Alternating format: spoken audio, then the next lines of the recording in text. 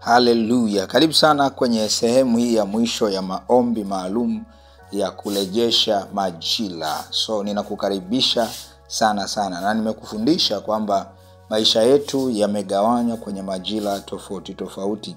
Kuna majira ambayo kuna muda tutapitia mitihani, kuna majira ambayo kutakuwa na amani, ni muda ambao tunahitaji kujiandaa kwa ajili ya matukio yanayokuja. Na tunapochezea majira ya aina yoyote kwenye maisha yetu, tunaingia kwenye hasara. Na kuna aina ya majira ambayo yakiondoka mara nyingi huwa yanachukua miaka mingi kurudi, au pengine hayarudi kabisa mpaka tunakufa. Nilikupa ushuhuda wa mimi kipindi ambacho Roho Mtakatifu alinishukia akanipa ile kiu ya kuomba nikiwa mdogo sana, na ile kwa sababu sikuwa na malezi yoyote, wazazi walikuwa sio watu walio karibu na Mungu, nikakuta ile kitu imeondoka ghafla. Na nilikuwa natamani kusikiliza kwenye redio, lakini wenzao wanakupiga vita. Ile kitu ilikuja baada ya miaka zaidi ya 10. Maana yake ni nini? Mungu alirejesha majira, lakini haikuwa rahisi. Alirudisha baada ya muda mrefu sana. Na baada ya kuwa nimekaa darasani kujifunza, sio ilitokea tu no. Nilikuwa darasani najifunza, then kuna siku kulikuwa na ujazo wa Roho Mtakatifu. Roho Mtakatifu akashuka. Siku hiyo ndio ilikuwa siku ya kwanza mimi kuziona nguvu za Mungu. Yaani tangu sio nikasema mtu hawezi akaniambia stories za Mungu hayupo. Okay? Yes. Because unaona vitu, unaongea vitu ambavyo utoi kwenye kichwa chako, unajitabilia, unasema hiki na hiki. Siku hiyo ndo nilitangaza vita na shetani, by the way. Nilikuwa hata sijasoma baadhi ya maandiko, lakini Roho Mtakatifu ananiongoza, nasema vile vitu, baadaye ndo unakuja unagundua kumbe ilikuwa ni andiko. You see? So ninachotaka leo tufanye ni maombi. Okay? Sasa kabla tujaenda kwenye maombi, nilikufundisha sehemu iliyopita namna ya kurudisha majira yaliyoibiwa. Okay? Namna ya kurudisha majira yaliyoibiwa. Kuna dada mmoja akawa amenitafuta, ni mwanafunzi, ni mwanangu wa kwenye madhabahu hapo. Akawa amenipa maandiko ya ile Wafalme wa Pili sura ya 4 kuanzia mstari wa 8 na kuendelea, kwa habari ya yule mama ambaye alikuwa ni tajiri. Alikuwa anaishi mahali ambako Elisha akiwa anapita yeye alikuwa anamuona, alafu akaja akamuita baada ya kupambanua rohoni kwamba huyu anaonekana ni mtakatifu wa Mungu. Kumbuka maana yake alikuwa na uwezo fulani wa kujua, wa kupambanua, ambao bainao tunasema ni Roho Mtakatifu. Umenielewa? Yes. Then akamkaribisha kwake, na majira, huyu mwanamke muda wote ule alikuwa amepoteza majira ya uzao. Na yule mtu wa Mungu ambaye ni Elisha akawa amemtamkia kwamba majira kama haya mwakani utakuwa na mtoto, na kweli alibeba mimba. Maana yake majira ya uzao yalikuja kwa sababu ya ukarimu alioamua kuufanya. Kuna baadhi ya watu maisha mnayopita ni kwa sababu umekosa upendo, umekosa ukarimu ndani yenu, na mwisho wa siku unakuta majira yako mengi unayapoteza. Watu wanakuja wakusaidie, unawafukuza. Okay? Watu wanakuja wakusaidie wewe, unaanza kushindana nao, unaanza kuwaonea wivu. Amen. So kuna baadhi ya watu walipoteza majira yao hayakurudi. Okay? Tuzungumzie hilo. Wameshindwa kurudisha majira yao hadi leo kwa sababu waliletwa watu fulani kwenye maisha yao ambao ndo walikuwa destiny helpers, wasaidizi wa hatima zao, wasaidizi wa kurudisha majira yao, lakini walishindwa kupambanua. Huyu mama alifaulu kupambanua, alifaulu kudiscern, akajua huyu ni mtakatifu wa Mungu. Wewe kila anayekuja unainua vita, kila anayekuja unataka ushindane naye, kila anayekuja unaona anataka kunivuka. Maana yake ni nini? Kuna aina ya majira hayatarudi kwenye maisha yako. Unakuta at the same time unataka mtoto, unataka kuolewa, kila anayekuja unainua vita. Kuna wengine mmeweka principles, sitaki mwanaume mrefu, sitaki mwanaume mfupi, sitaki mwanaume mweusi, sitaki mwanaume mweupe. Anakuja ndo majira yako ya kuolewa, una vigezo vyako. Usije ukafikiri Mungu ataswitch huko unakotaka wewe. Never ever.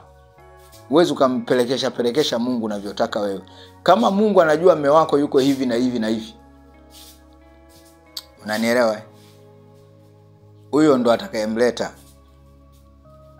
Watu wengi wameshindwa uwezo wa kwanza ukarimu na upendo, lakini pia mahusiano na Roho Mtakatifu, ili waweze kupambanua, kujua huyu ni mtu sahihi au sio sahihi, huyu ni mtakatifu wa Mungu au muhuni wa shetani. Na watu wengi wameanguka kwa wahuni, kwa sababu wahuni mara nyingi wanakuja na vigezo ambavyo watu wa dunia wanavitaka. Jamaa atahakikisha anapiga pamba unyunyu mzito, anapiga mpaka kichwani huko kwenye nywele, anapiga na dawa kama vile mdada. Anakuja pale na funguo ya gari. Hawa ndo wale wanaosema mimi nataka mwanaume mwenye funguo ya gari. Anakuja gari yenyewe ya mjomba. Anakaa tu siku moja, siku hiyo kesho yake ushaanguka kwenye dhambi.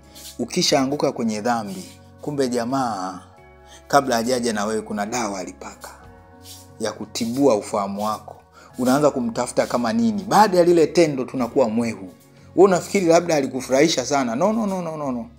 Kilichotokea pale ni nguvu za giza na hujui kilichotokea. Baada ya muda unaona biashara yako inaanza kufa. Sio kwamba hufungui duka unafungua na wateja wanakuja, sio kwamba unawakasirikia, lakini jamaa ametoka na nyota yako. Watoto wa Mungu, hivi vitu nawaambia vipo. I'm telling you, hivi vitu vipo. Kuna watu wamepoteza majira yao kwa kuzini tu, kwa kuanguka na mwanaume tu. Alipolala na yule mwanaume, nyota, kila kitu. Wengine wanaibaga hadi sura, my friend. Sura unajua unafanywa nini? Unavalishwa likinyago hapa mbele. Reception, kila mwanaume akija anaona takataka.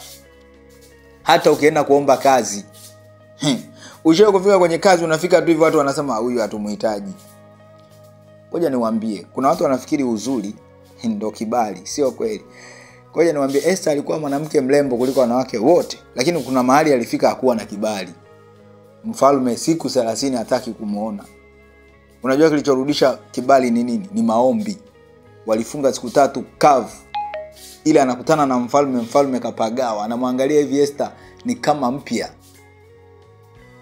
Kuna watu mimi mzuri, nitapata tu mwanaume, tena wanaume na bagua, anakuja huyu namkataa.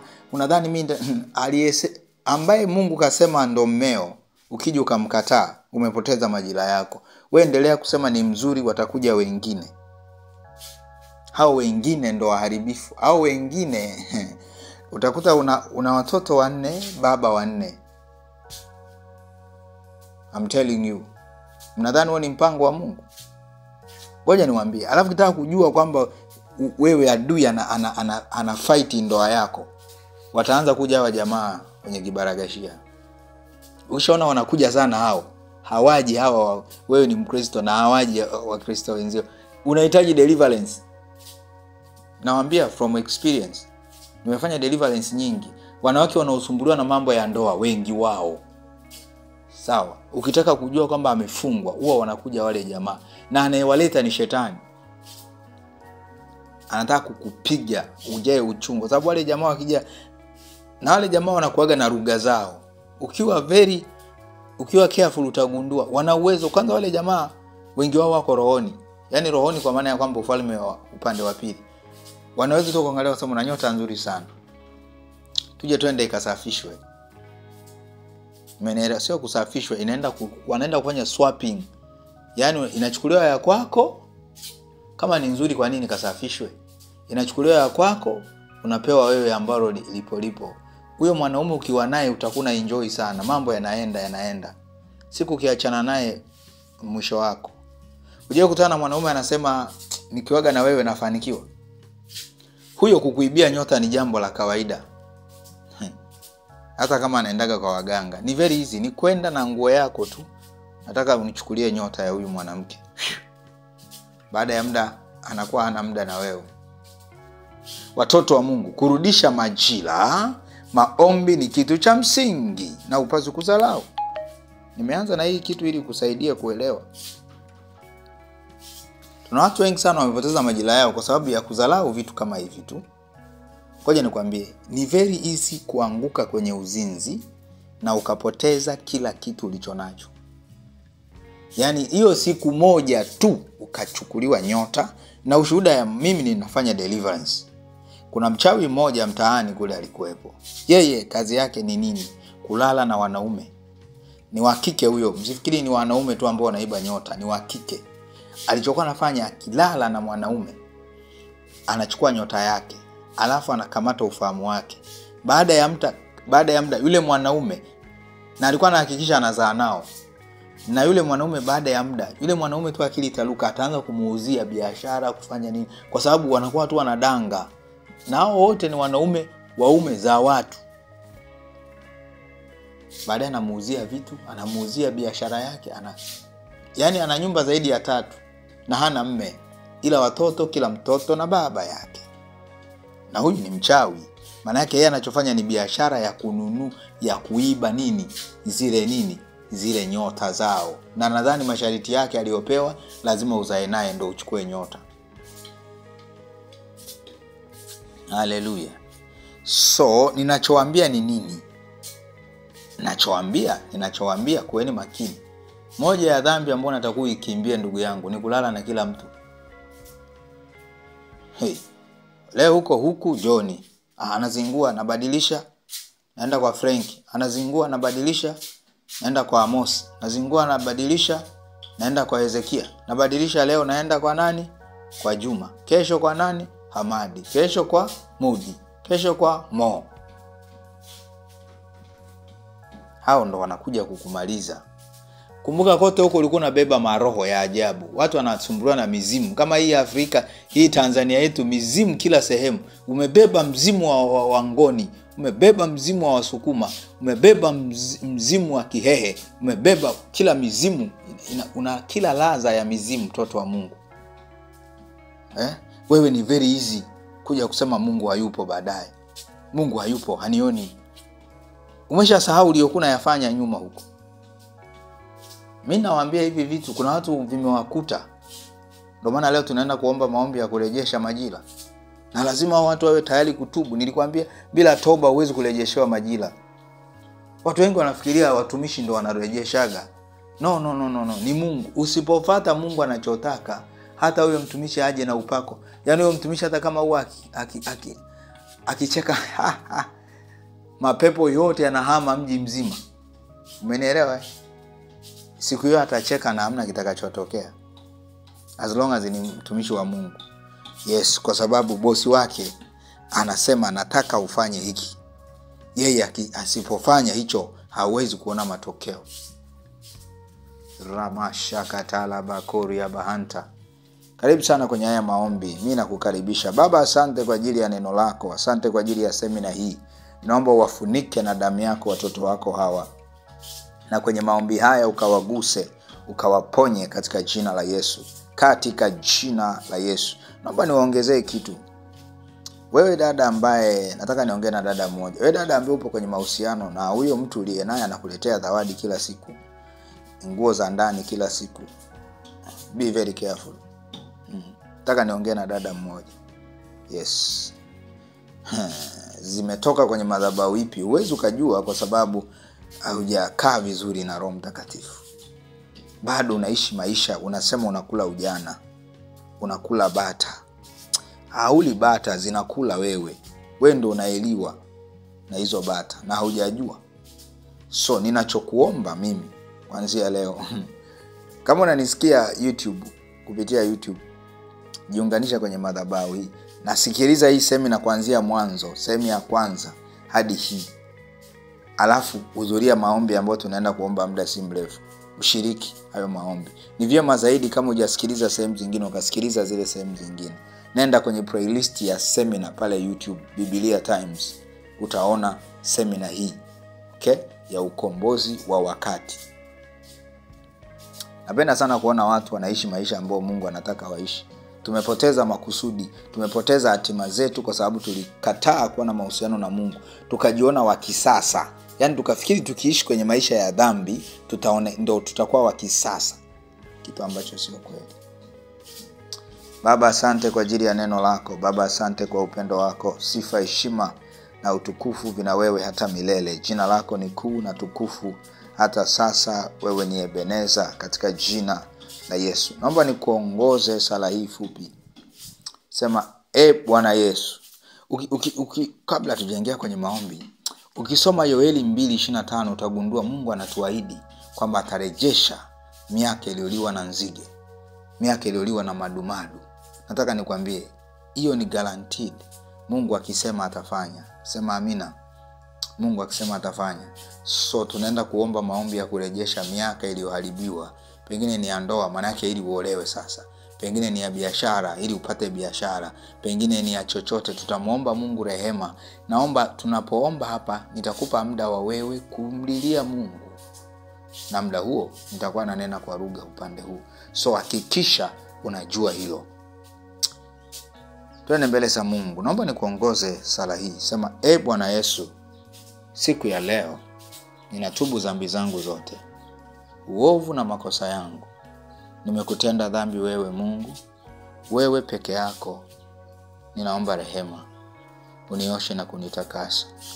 Nipe neema ya kusamehe walionikosea.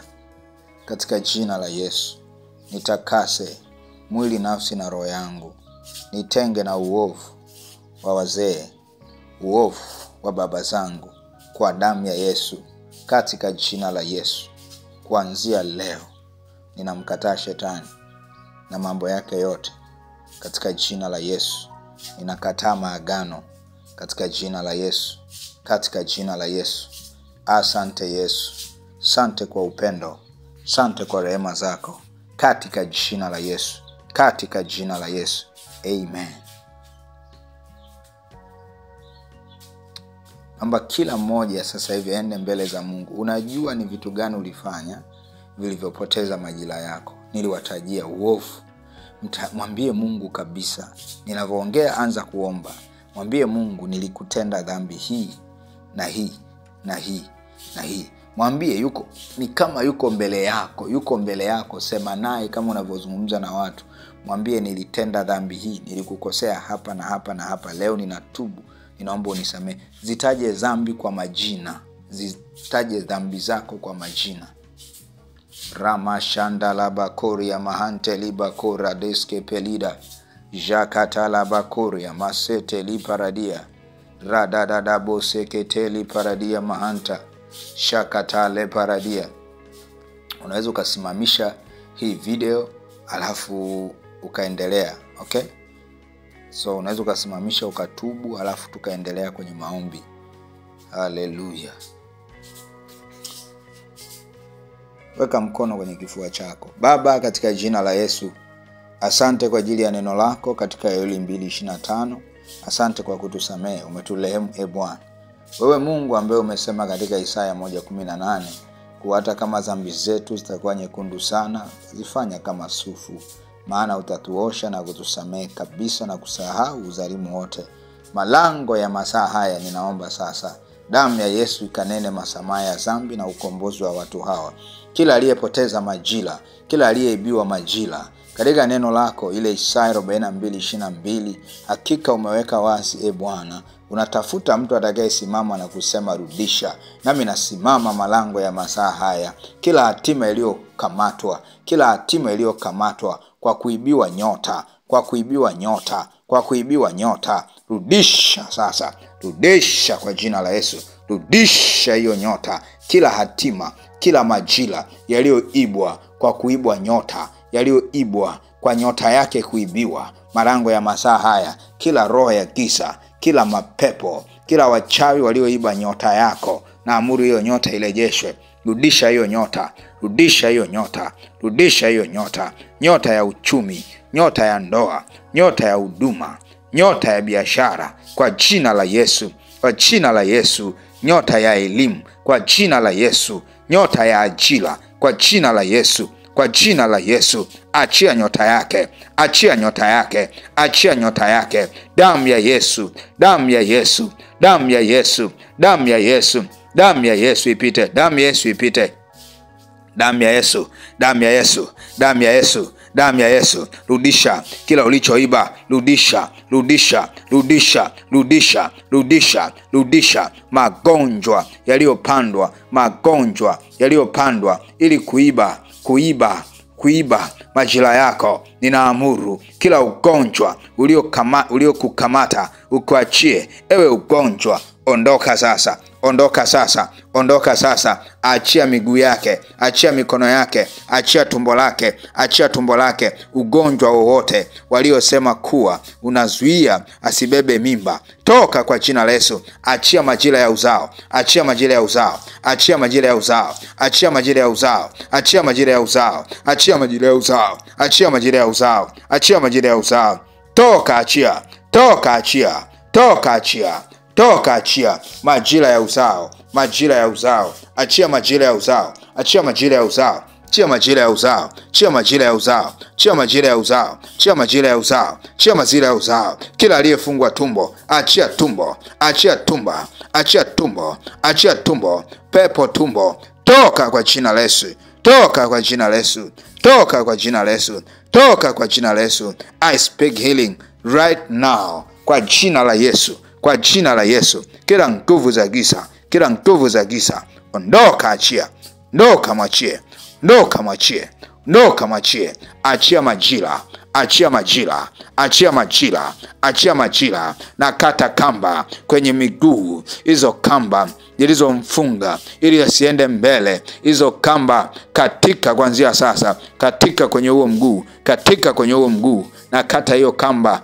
na kata hiyo kamba kwenye mguu mmoja, na kata hiyo kamba kwenye mguu mmoja kwa jina la Yesu, kwa jina la Yesu, kwa jina la Yesu, kwa jina la Yesu, kwa jina la Yesu, kwa jina la Yesu.